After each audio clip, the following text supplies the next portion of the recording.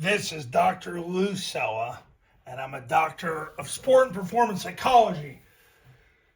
Through our triple option football academy and camps, we've been able to help Haverford High School last year go from 1-9 to 11-2. Scobie, Montana went from 2 wins to the state semifinals, and Cuesta, New Mexico went from first-year head coach, and 5 months later, they won as many games as the previous 8 years combined. So, been able to help a lot of people win now. And in this video, we're going to discuss the Flexbone offense, blocking simplicity, and how it starts with the formation of the 6-man wedge. The offense starts with the zone dive, and that's what sets up the midline triple option. That's how the offense has been run the last several years by Army and Air Force, who are the standards in under center triple option football. So how that occurs is, let's say you run zone dive to the right. First of all, the zone dive, just a fact, Air Force the last 4 games of 2024 ran zone dive 24 times a game and went 4-0 in their final 4 games.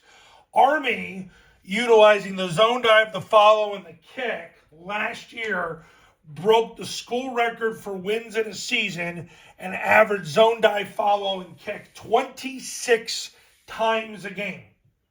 So understand that this at the high school level is more than half your offense. And the thing is, if you keep getting 4 yards on it, you're going to keep running it. So here's what happens. You create your own simplicity with the zone dive. It starts with a play side guard. He posts whoever's on him. He simply takes a 2-step fit, blocks whoever's on him, and then takes 4-inch northbound steps from there. The tackle wedges with the guard, and what ends up happening is he'll get his near knee in the crotch, near hand to the stomach of that defender, and take 4-inch northbound steps from there.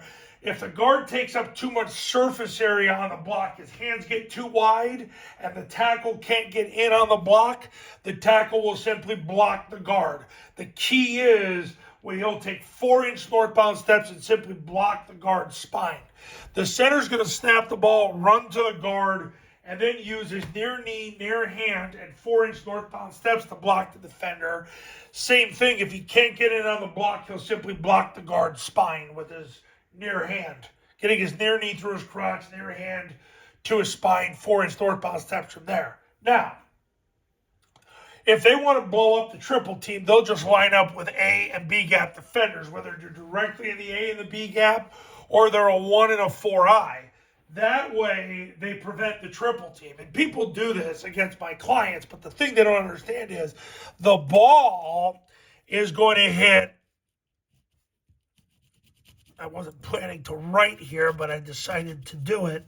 The ball hits off tackle.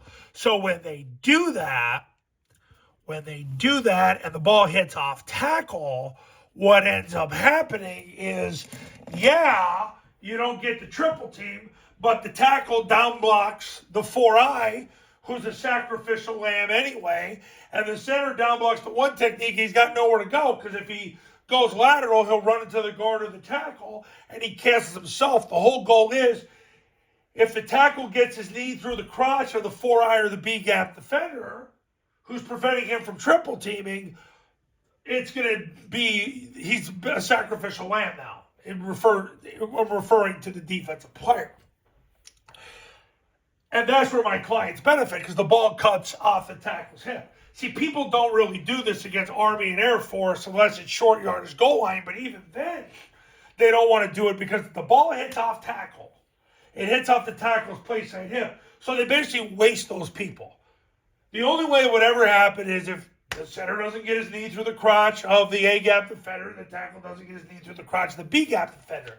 But what you learn when you run this offense, and you don't play fat people, and you play basically guys that are under 200 pounds that are quick, they'll get their knee through the crotch, and who cares if the guy tries to run him over? By the time it happens, the ball is gone.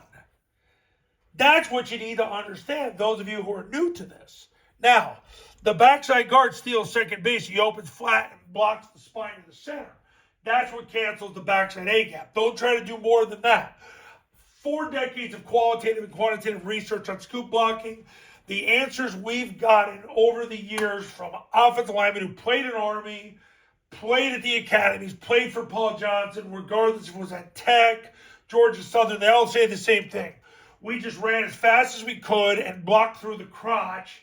Now we say spine, for obvious goofy reasons, because we didn't want to get yelled at. And that's what a lot of kids do. They just want to do what you tell them to do so they don't get yelled at. And that's how to have an effective scoop block. Backside tackle blocks in spite of the backside guard. And look, if you say, well, I saw this coach teach it like this, that coach teach it like that, well then, go do it their way and whatever. I don't care. You're not going to become my client anyway. I'm looking for clients here, guys. And because I can change your life like I did with Haverford, Scobie, and Cuesta. So those are the 5 people in the wedge. The offensive line creates the 5-man wedge. Guard posts, tackle triples, center triples. If anybody's in their way, they down block that threat. Guard blocks the spine of the center, tackle blocks the spine of the guard. The A-back steps with his inside foot, and his focus is directly on the tackle. He 2-hand slams whoever shows. And then if nobody shows at the first level, he'll go second level. He's blocking whoever's taking the dive. So if the C-gap player takes the dive, he'll end up blocking him, but he doesn't chase after him. He lets that player come to him, and he 2-hand slams him. Now, I get the question all the time, oh, you really think an A-back can block a C-gap player? I don't know. Army and Air Force do it.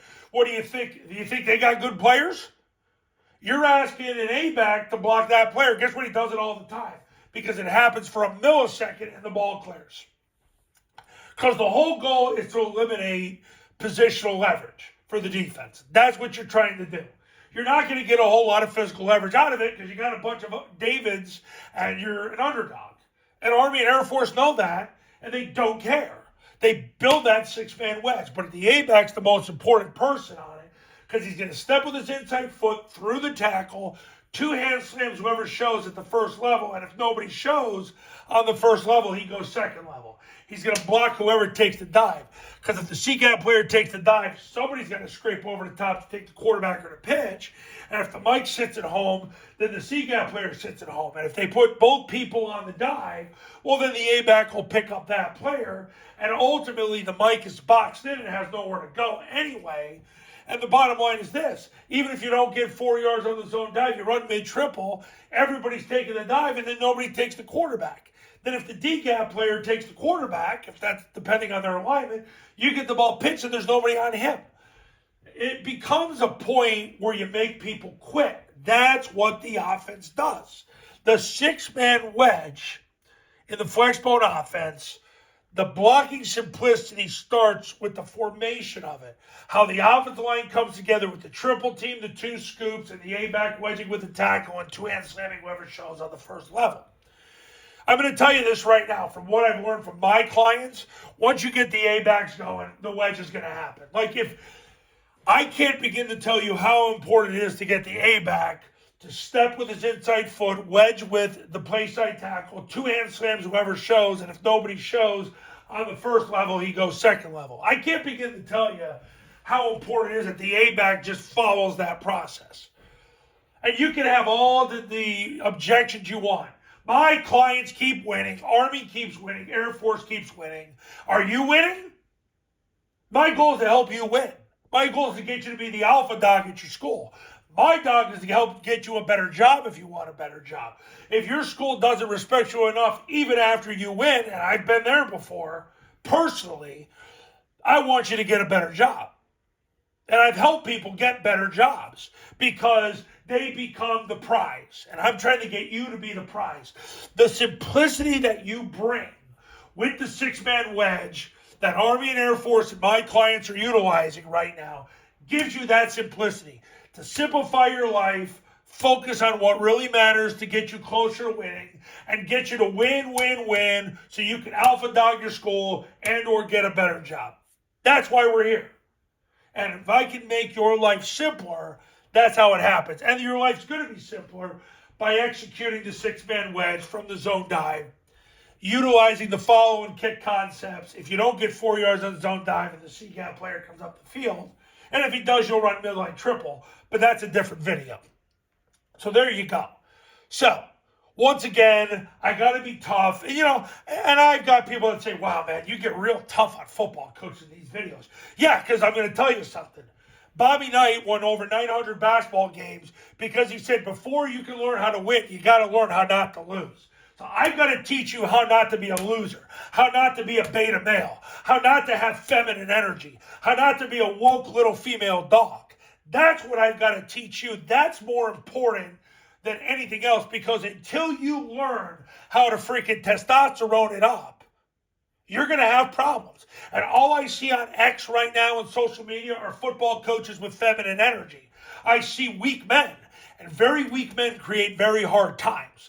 The guys that freaking have a set of nuts and want to line up under center and run the six-man wedge and get it done like Army and Air Force, because Army and Air Force can't out-athlete anybody, and it's not even close. You want to be like them, you're going to get more out of your players than anybody else that God ever created. And I sincerely mean that. The last 14 years of my life have been a freaking miracle because of what I've witnessed. I've witnessed so many mighty, mighty miracles with the offense. Watching a school go from 1-9 to the state semifinals with 21 players. Then the coach, who wasn't getting respect even after that, took a better job that offseason, and then 2 years later, he wins the state championship. And you bet you see that picture on tripleoptionfootball.com of him holding his trophy all the time. Or my other guy in South Carolina who went to the state title game with 14 players. These things are mighty, mighty miracles. I want that to be you. So when you're ready, call me, 570-332-0265. 570-332-0265, and go to tripleoptionfootball.com, where you can learn how the 3-day camps on your campus works, how the online academy works, and take a look at those success stories and testimonials. Watch those miracles, because through the grace of God, amazing things happen for football coaches, their assistants, and their players, and their stakeholders. You ready to be one of them? Or do you want to sit back and hunter-gatherer and take chances and mix and match and run the pistol, or you're going to try to run the Flexbone, but you're going to piece it together on your own because you're afraid to spend $1, or you're afraid to bring somebody in to help you that's going to tell you what to do? Because when my clients pay me, I don't suggest. I tell them what to do, because that's why they're paying me. I give them math and data so they can thrive and advance. That you? If you're ready, give me a call. I'll see you in the next video. Talk soon.